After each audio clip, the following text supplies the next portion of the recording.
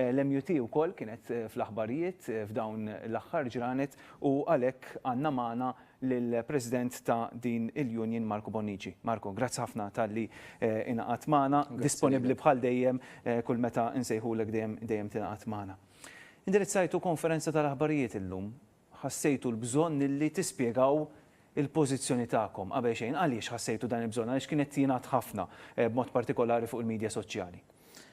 Li ġara, Robert, kien li aħna kellna ippreparat u jidher li l-Gvern ukoll kellu sensiela ta' spjegazzjonijiet dwar il-ftehim settorali, b'tali mod nkunu nistgħu nispjegaw il-fażijiet kollha u l-benefiċċji kollha li hemm fil-ftehim settorali. Però l-pjanijiet tagħna sfumar fuq ix-xewi minħabba l-fatt li dan id-dokument li kien min-naħa tagħna available id-delegati nhar il-ġimgħa li għaddiet, dan ġie likjat u ħareġ min-naħa ta' xi sorsi li huma viċin il-Gvernajt għax fil-fatt id-dokument huwa ffirmat, aħna ffirmajna 5 dokumenti. Id-dokument li ħareġ mhux id-dokument li għandna aħna f'idejna. Jfisser li huwa dokument li qiegħed għand il-Gvern. Dana li ġie likjat minn xatt mill-medja u mbagħad hemm furur minħabba diversi affarijiet. Ġi likjat min-naħa ta' xi ħadd mill-Gvern jew mill-Ministeru, ġifieri żgur mhux min-naħa tagħkom. Mhux min-naħa tal-MUT, le. Aħna kellna direttiva ċara min-naħa tal-Gvern li aħna id-dokument nistgħu nipprintjaw u ngħadduh il-membri, imma laqqas ma nistgħux ninkludu il-finanzi fih. Rutatkom ħafna din il-ħaġa li tkellimtu fuq għallum. Dik immens. Aħna sa ftit minuti qabel ma kellna laqgħa tad-delegati li kienet nhar il-ġimgħa li għaddiet, għadna f'kuntatt mal-Ministeru u qed jgħidilna le toħorġux il-finanzi bħala parti minn dak id-dokument. Ġu konna lesti anke pprintjajna ftit biex ninfilzawhom, biex naqbdu noħorġuhom. Imma l-Gvern qed jgħidilna le. Wara, ovvjament, wara ftit ħareġ fil-medja. Issa, hemm diversi sitwazzjonijiet. Jiġifieri l-ewwel ħaġa hemm diversi ineżattezzi. Jiġifieri, kull min qed jaqra d-dokument qed jinterpretah bil-mod ta' kif jafu jew bil-mod ta' kif jidhirlu. Issa, jiena li jkun hemm xi ħadd li jinterpretah għax ovvjament mhuwiex tekniku jew inkella ma jafx l-ispirtu, ma kienx parti minn negozjati magħna, dik tifhimha u dik tirrispondiha u tiċċara. Min imbagħad qed jagħmilha b'malizzja, jiġifieri min qed jaqbad partijiet mit-tekst u dana jinterpretom kif irid. Pereżempju, ħansemmi uħud minnhom li l-kapit tal-iskej u l-assistenti kapijiet mhux se jkunu ħajkunu imġala jidħlu fis-sajf. Li ma toħroġ mill-ebda la fil-spruħad negozjati u laqqas fit-tekst. Li pereżempju l-LSA2 ħajtkeċċew. L-istess ma toħroġ mill-ebda tekst u mill-ebda proviso li hemmhekk li ħajtilfu l-flus ta' supervision. L-istess ħaġa, ma jħorġux. Dawn huma ħafna diċerji jew għajdut li hemm għaddejjin bħalissa. Ta' min jidhirlu li għandu jinterpreta l-ftehim. Nerġa' ngħid, min huwa ġenwin u jsaqsi, il-min jista' jsaqsi lilna u jista' jsaqsi l-Ministeru. Il-fatt aħna għandna ovvjament hemm il-kuntatt magħna u l-Ministeru għandu wkoll il-helpline tiegħu biex jispjega, ġifieri. Imma il-social media llum it-text punt li inti tella xi ħaġa. U din pereżempju tal-kapijiet u l-assistenti kapijiet li ħajtħlu fis-sajf minn hemm telat. U kulħadd ixxerja bħalli kieku din hija Vanġelu ta' ma nafx minn fejn ħarġet. U dawn huma ċirkustanzi, issa kellna l-issue tal-finanzi. U din hija xi ħaġa li rridu niċċarawha u iċċarajni llum fil-press conference u sejtni għal fejn ħassejtu ħtieġa. Ħassejna ħtieġa għax l-ewwel ħaġa aħna ridna nitkellmu fuq dak li huwa għaddej.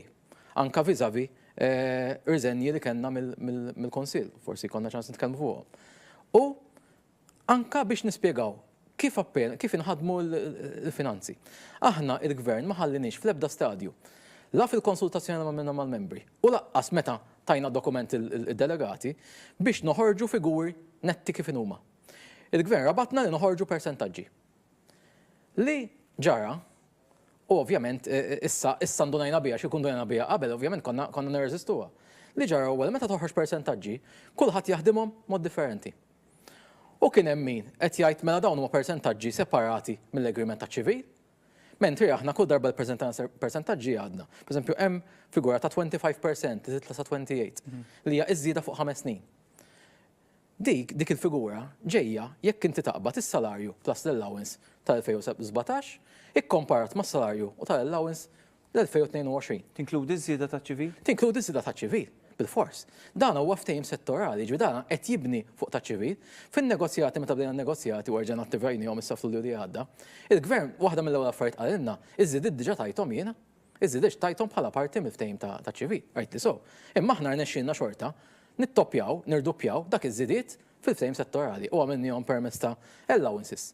Daħħalna 3 allowances li huma ġodda qatt ma kienu jeżistu. U inflejtjajna tellajna tajjeb l-allowances li kien hemm qabel.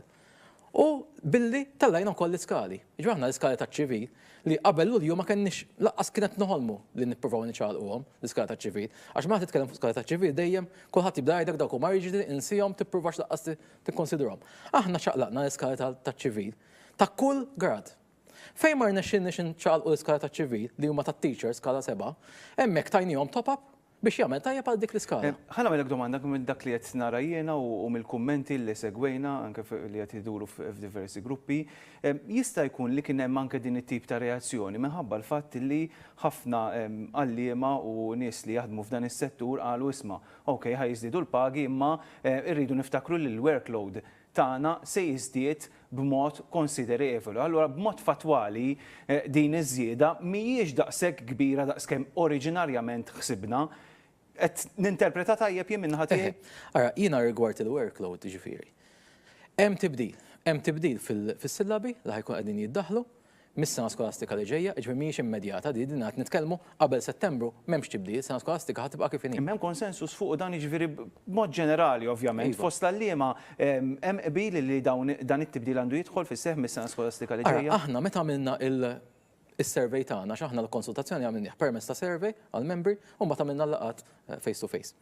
Mis-survey l-outcomes, learning outcomes framework li huwa parti minn dik it-tibdil, kellna il-maġġoranza qegħdin jaqblu miegħu. Issa, li kien hemm mistoqsijiet għax kellna ħafna mistoqsijiet u sardu nindirizzaw. Li saqsu imma dik kif ħatitħaddem, l-assessjar kif ħajitħaddem.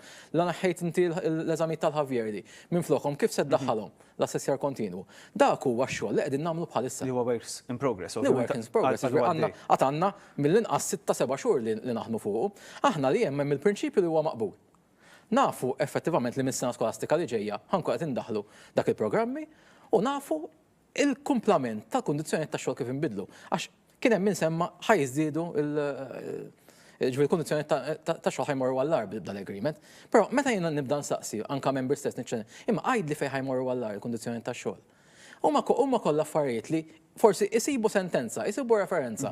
Jgħidu aħna din ma konniex nagħmlu hekk, issa nibdew nagħmluha hekk. Dawk huma affarijiet irridu niċċaraw. U jien naħseb li ma kenniex ċans huwa u qegħdin nagħmlu proċess issa li niċċaraw eżattament xi fisser il-ftehim u x'bidliet ħajġib. Il-ħin dejjem kontrina marrit nagħmellek ukoll din id-domanda. X'qed jiġri fil-union? Għaliex xirajna wkoll semmejthom inti numru ta' uffiċjali li rriżenjaw u llum kellna l-aħbar li se titwaqqaf union oħra li ma xtaqx nidħol fiha dik li xu għaliex illum hawn inti u inti tirrappreżenta l-MUT. Fil-union tiegħek x'qed jiġri? Jekk kien hemm dan il-qbil, allura għalfejn dawn l-uffiċjali llum il-ġurnata ħassew li kellhom iħallu l-union? L-ewwel ħaġa dawn huma 3 membri tal-Kunsill. Ġew eletti mill-membri bħalma ġie elett il-komplement tal-Kunsill. Daw 3 membri tal-Kunsill, aħna konna ċerti li għall-inqas xi ħadd minnhom kien qiegħed jagħmel arranġament minn awissu li għadda biex jew jifforma union jew nkella jingħaqad ma' union. Konna ċerti. Minn awissu. Minn awissu. Xi ħaġa li ilha ġejja tgħid. Iva.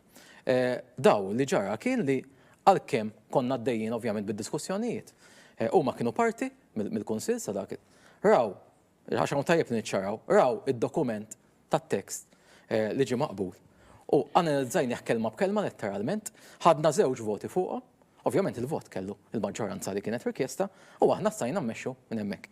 Però jiena tajjeb li nsemmi ġifieri li jippruvaw ħamġuni kemm lidi u kemm ovvjament il-sabi tal-juni. Ma tajjeb nsemmu li tajjeb li nagħmlu mistoqsijiet anke fuq dawn l-individwi. Jiena ma kontx qed naċċetta sitwazzjoni fejn immur fil-Kunsill niddiskutu xi ħaġa tajjeb jew ħażin. L-għada immur fil-mejda tan-negozjati u dak li ddiskutejna fil-Kunsill nisimgħu mill-mejda tan-negozjati. Jiena li dik mhijiex aċċettabbli. U dik hija sitwazzjoni li kellha l-MUT dal-aħħar 6-7 xhur. Tajjeb ukoll li ngħidu li l-persuni għax ġiet ikkwestjonjat anke l-integrità tiegħi u anke ta' sħabi. Tajjeb nikkwestjonjaw l-integrità wkoll tal-istess persuni. Tħoss li hemm backing imma għalik anke bħala President ta' din il-Union mill-Alleman ġenerali issa nistaqsi. Ara jiena illum konna fil-press conference mal-Council, mal-komplement ovvjament. Kontu grupp kbir għax konna l-grupp kbir, ġifieri l-ewwel ħaġa li għatti l-MUT għadaw u l-MUT qiegħda taħdem. Jiena bħalissa għandna sitwazzjoni fejn hemm numru ta' membri li qed iħossuhom imweġġew u urtati. U aħna qegħdin naħdmu kontinwament magħhom. Ħantik eżempju biex nagħlaq. Fil-qasir kellna membru li fil-bidu reżenja kien irrabjat ħafna. Il-bieraħ batinna għalina jiena kont irrabjat fimt issa s-sitwazzjoni kif inhi ħanixtieq nerġa' nidħol lura. Dik hija realtà li għandna bħalissa.